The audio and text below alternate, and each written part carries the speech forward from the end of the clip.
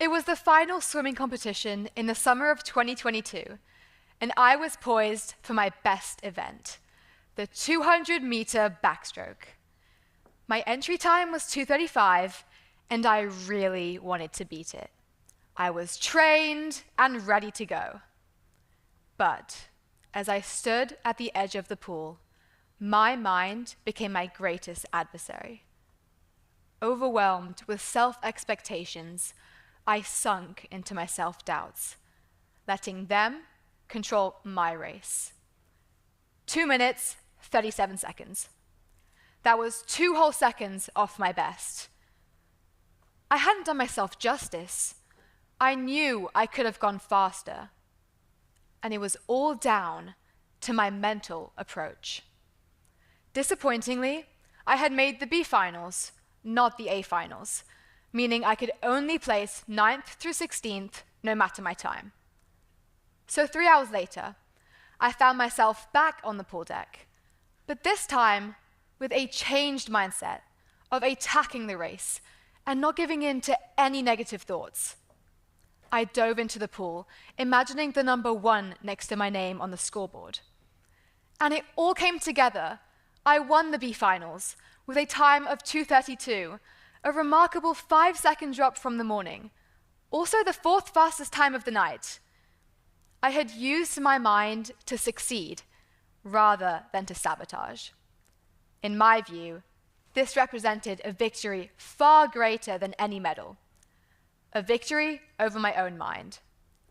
Sports play a huge role in personal growth, requiring us to bounce back from tough races and deal with stress. The most important thing that sports teach us is undoubtedly how our mindset impacts not just our athletic performance, but our approach to everything in life. In order to make that impact work in our favor, we must free ourselves from negative thinking. Sports psychology is a relatively new area of study. The International Society of Sports Psychology was not established until 1965, and over time, as athletes got faster and faster, they needed a competitive edge. It was at this point that analysts realized the power of mentality in enhancing performance. This realization led to the inclusion of sports psychology in training, and today, it's a valuable tool for countless athletes, helping them grow in their sport and as a person. I struggled with my nerves for years, but improving little by little in my mental approach have helped me become a better competitor. I want to introduce a binary choice of mindsets within the sports psychology realm: playing not to lose versus playing to win. When you play not to lose, you focus on avoiding mistakes rather than going for it. You take less risks. But playing it safe is the most dangerous plan because it makes us stay in our comfort zone. Dr. Russo Netzer, a researcher at Tel Aviv University in Israel, explains that evolutionarily, people prefer predictability over uncertainty. She states that maintaining the status quo requires less mental effort than change. But this comfort comes with a cost, hindering the embrace of opportunities, stopping you from growing. And you won't grow as an athlete if you're never willing to take on a race and play to win. Well, what is this winning mentality anyways? When you play to win, you move with purpose and go after what you want to happen. Since winning is the prevailing thought, it's more likely to materialize. Former coach Jürgen Klinsmann of the US national soccer team feels that the play-to-win mindset aids the US team in achieving their goals. He said, "We are not playing for 1 point. We cannot do that.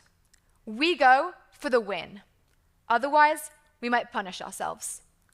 That play-to-win mindset proved itself when the US team won a victory over Paraguay and advanced to the next round of the tournament. Now, how is this useful outside of sports? We all regularly face challenges that require a mindset like playing to win. The key takeaway is to recognize the power of our mindsets in shaping outcomes. When you play to win, you'll start to do things more full-heartedly every time. And that's how you win. This is what I did in the final of my 200-meter backstroke, because I had a choice: to wallow in disappointment or redeem myself by taking that second chance to perform to my best. But sometimes, how we approach a situation depends on how we view it. This can mean viewing a situation as either a challenge or a threat.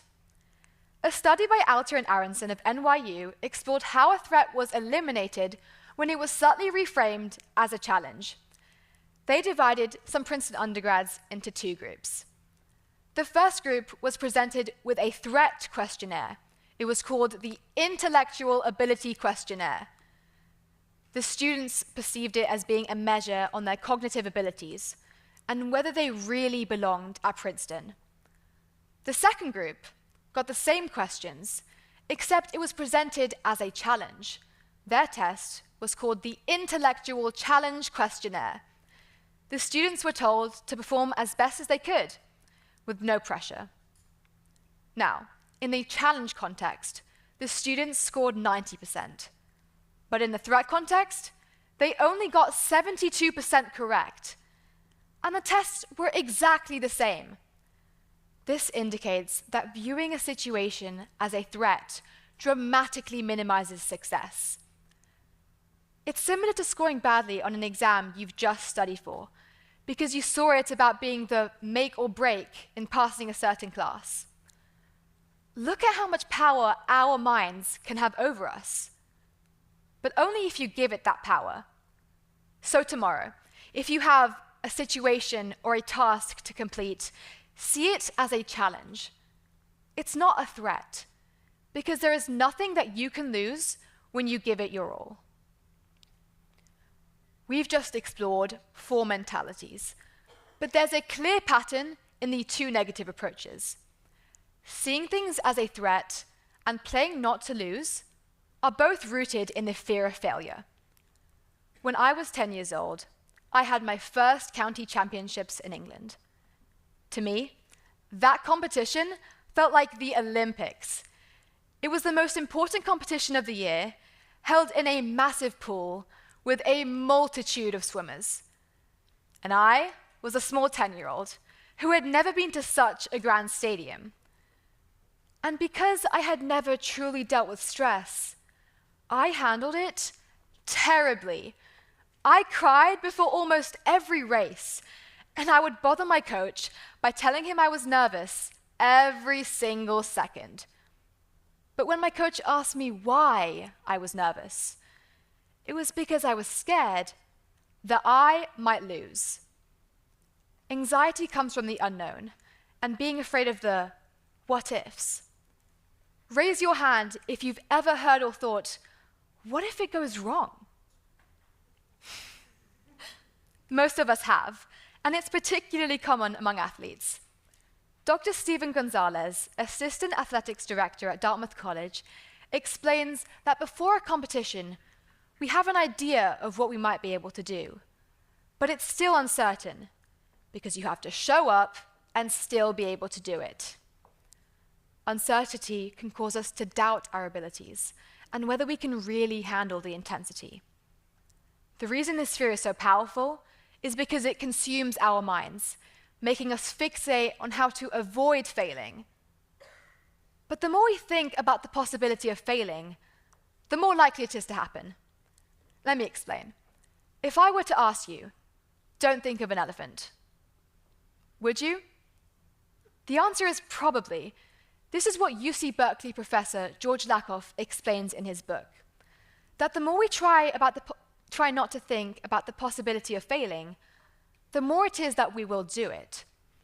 So instead, focus on the process, on how much effort you're going to put into something.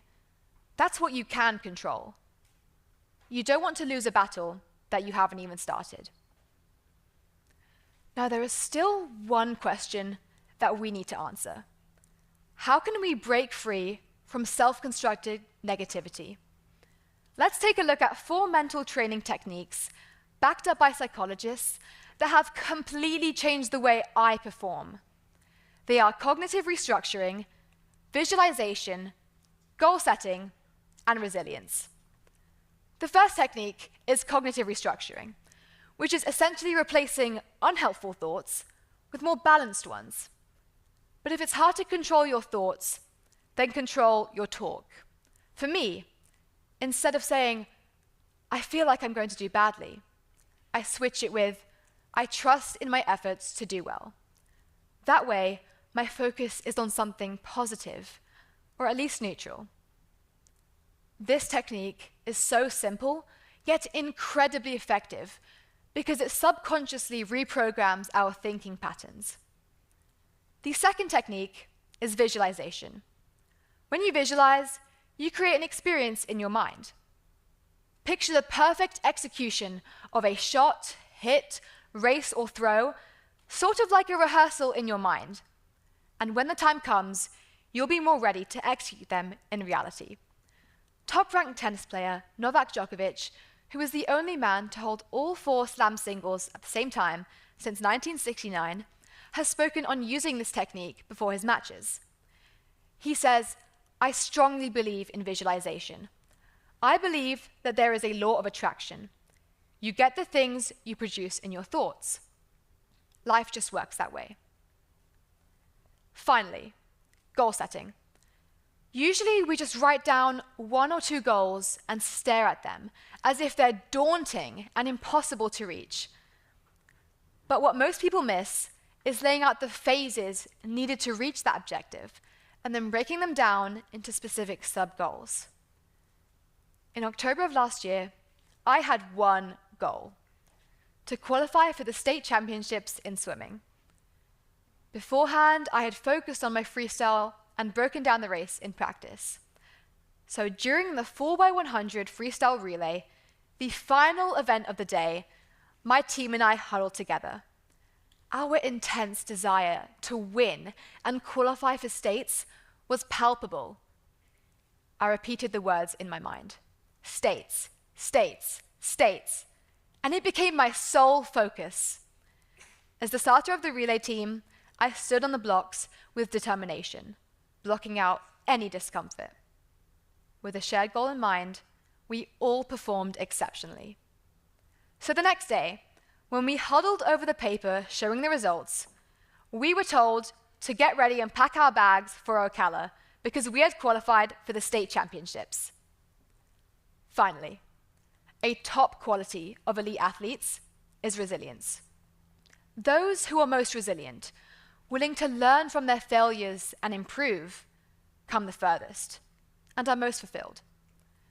Building resilience requires letting our reactions happen and then reflecting on those successes and failures. And in 2021, when I was still figuring out how to battle my nerves at races, I would become so emotional after every bad race. I would go to my coach in tears, upset for the rest of the day because I had gone about 2 seconds slower in the morning. Now, I have a completely different take on bad races. Instead, I ask myself 3 important questions: what went well, what I could have done better, and what I've learned. This way, we see failures and successes as a natural part to growing and learning. It doesn't matter if you don't consider yourself an athlete. I invite you now to envision yourself as your best version, whether it's studying at your dream college, making progress in the gym, or thriving in your career. If you commit to self-improvement, you'll be on the fastest path to making your dreams a reality. This means cultivating a positive outlook and focusing on your strengths rather than obsessing over your failures. In the game of life, play to win. Thank you.